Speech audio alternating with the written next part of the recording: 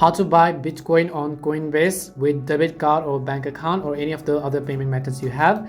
Hey everyone, welcome back to our channel. I am Bimo from Geek, and in today's video I'll show you how you can buy Bitcoin on Coinbase. So make sure to watch this video till the end. Now first, just make sure you've already created a Coinbase account, and after that you can just go to coinbase.com and you'll see this kind of interface.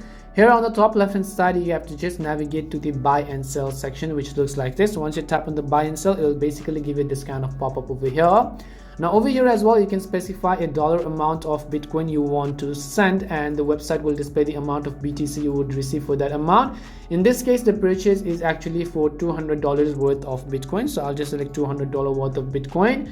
And once you do that, you will see the order to buy this much Bitcoin with X amount of dollars with a certain Coinbase fee, which is 3.8% of the purchase price. And the price of Bitcoin will also be at the same time of the sale. Now keep also in mind that in order to purchase or buy Bitcoin with your debit card or your bank account, you have to first link your bank account to it, or if you can also directly add a card to it. You can see the payment method currently is set to Visa card. You can just tap on it or click on it in order to go ahead and enter your debit card details and so on.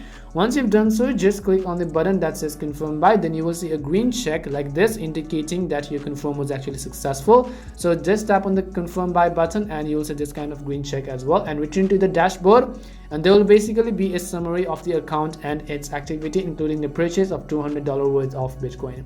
And that's all it takes to buy Bitcoin on Coinbase with debit card or bank account. We hope the video was really helpful, and if it did help you, then make sure to leave a like and subscribe to our channel. And if you've got any more questions, queries, or doubts, make sure to also leave them down. Thank you very much for watching till the end, and see you soon in our next video.